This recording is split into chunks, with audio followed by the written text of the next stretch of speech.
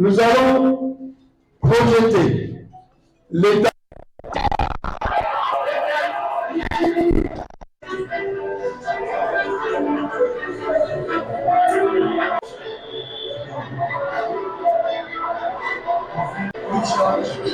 Nous sommes dans un chat, alors que les autres devaient profiter par rapport. Donc vous ne pouvez pas dire. 18. On a senti.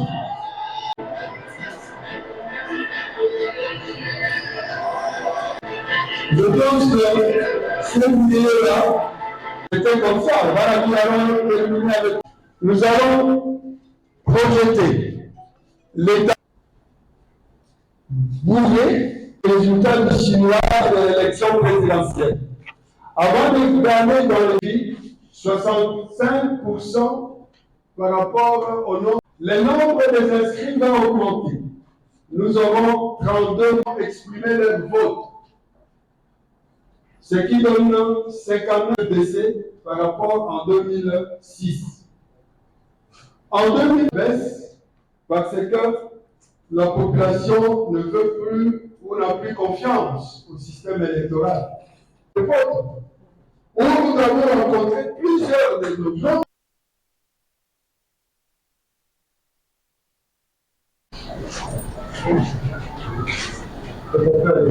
Conférence de presse de la coordination des opérations électorales de la MOCA, Corel en sigle. Comme vous le savez, au sein de la coalition La MOCA, nous avons une structure qui était chargée de suivre le processus électoral, notamment pendant les opérations d'identification et enrôlement, le vote proprement dit, nous vous appelions souvent pour recouvrir nos communications étape par étape. Et aujourd'hui, après ce chaos électoral que les cousins de Félix Tshisekedi Kadima a organisé, la Corel s'est fait le devoir de communiquer, dire au peuple ce qui s'est passé. Comment, avec qui Kadima a organisé ces simulacres d'élection pendant 7 jours et 7 nuits, sans témoins, sans observateurs, en violation de la Constitution, du calendrier électoral et de la loi électorale. Et nous allons procéder à 3 étapes. La première étape, Nous allons vous communiquer la preuve du simulacre des élections de la CENI. Depuis le début du processus électoral 2023 en RDC, la coordination des opérations électorales de la MOCA, Corel en sigle, à travers ses déclarations et communiqués, n'avait jamais cessé de tirer la sonnette d'alarme pour interpeller la CENI, dénoncer ses dérives et même proposer des solutions qui devaient contribuer à rendre le processus électoral transparent, impartial, inclusif et apaisé. À tout cela, la CENI, avec arrogance, a réservé une fin de non-recevoir parce qu'elle était partisane. Aujourd'hui, il n'est pas question de revenir sur toutes les preuves de tricherie et de la fraude électorale planifiée et exécutée par la CENI de M. Kadima, car pour nous, les rapports de la MOE5 et CC sont éloquents et nous y souscrivons. La COAL a effectué un travail de monitoring relevant de nombreuses irrégularités et opacités qui accompagnaient les activités de la CENI avant les élections. Les marchés de gré à gré, nombre de bureaux d'enrôlement et répartition des kits d'enrôlement disproportionnels entre les provinces, absence de la cartographie électorale, pas d'audit du fichier électoral, carte d'électeurs de mauvaise qualité, non-affichage des listes des électeurs en violation des articles 6 et 8 de la loi électorale.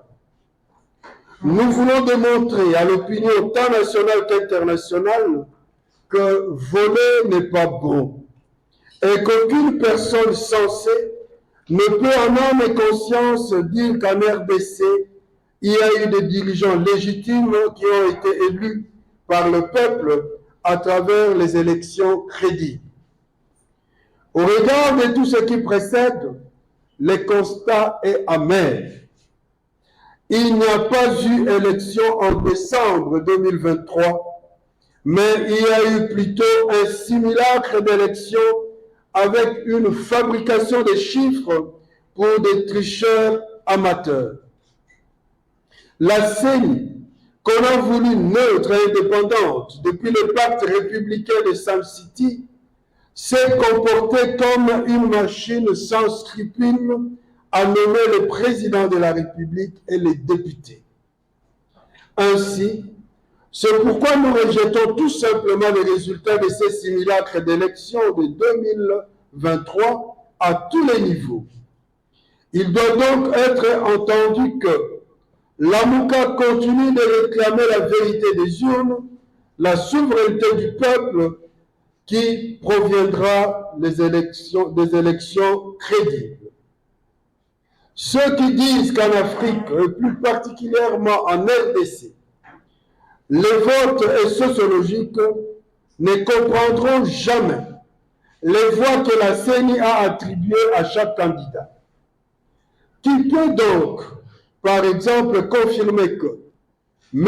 Tshisekedi ait eu 94% des suffrages au Congo central et que le candidat Fayoulou n'ait obtenu que 8544 voix sur 782 304 votants. Et Omar Ndombe, Tshisekedi soit crédité de 93%, alors que Fayoulou ne récolte que 3989 voix sur 396 125 votants.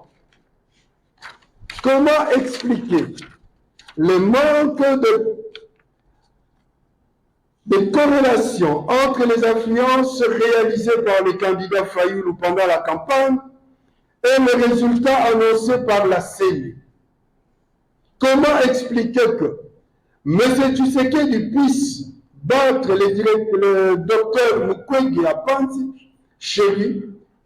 Et pour information, tenez que M. Tshisekedi a été crédité de 119 923 voix à Bukavu et le docteur Mukwege 9 209 voix seulement. Quelle incongruité!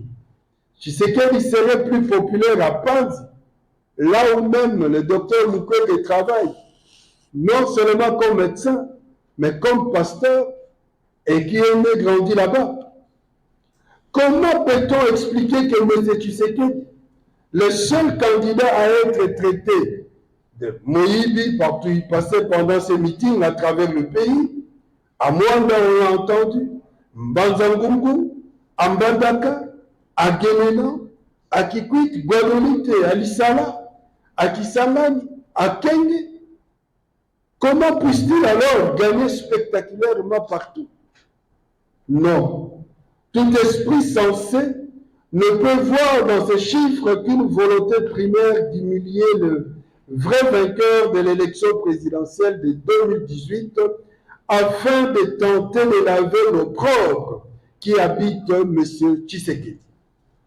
Nos partenaires extérieurs, malgré leur message de félicitations hypocrites, se moquent ostentatoirement de la République démocratique du Congo. Comment interpréter des messages de félicitations assortis de recommandations et des exhortations pour prendre en compte les préoccupations des missions d'observation électorale relatives aux graves irrégularités constatées et documentées. Si l'organisateur des élections devient le premier à violer la loi qu'elle devait protéger, il se pose inéluctablement un problème d'homme, de valeur et surtout de l'existence de l'État. La COEL s'inscrit en faux contre toute tendance à vouloir minimiser cette fabrication des résultats et à faire croire que les irrégularités et la fraude planifiée par la CENI n'ont pas entaché la crédibilité de tous les scrutins. La COEL persiste et signe qu'il n'y a pas deux standards d'appréciation de la démocratie et des critères électoraux. Ce qui est valable en Occident et dans les autres démocraties du monde doit aussi être valable et appliqué en République démocratique du Congo. Les valeurs démocratiques sont partout les mêmes. Il n'est donc pas compréhensible ni acceptable que nos partenaires extérieurs encouragent la fraude chez nous en prenant acte des résultats issus de la fraude ou en félicitant l'usurpateur.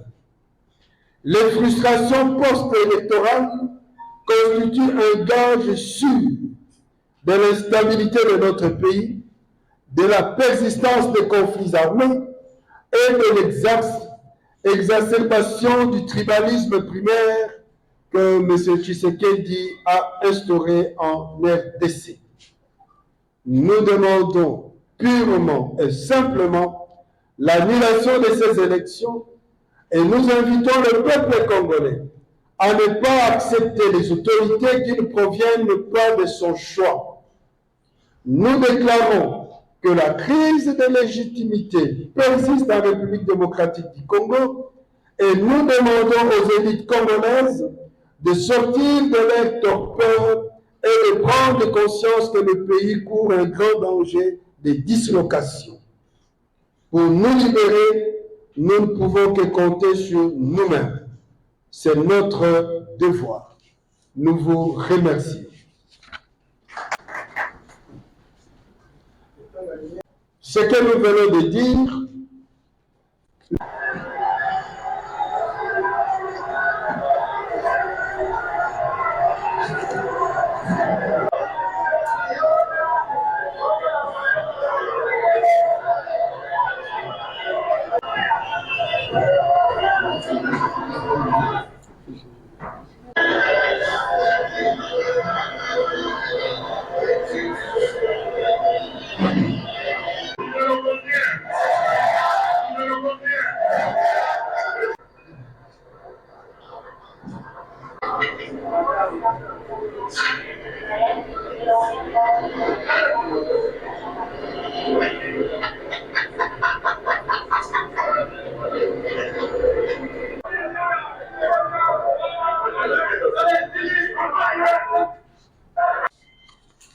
notre équipe, évidemment,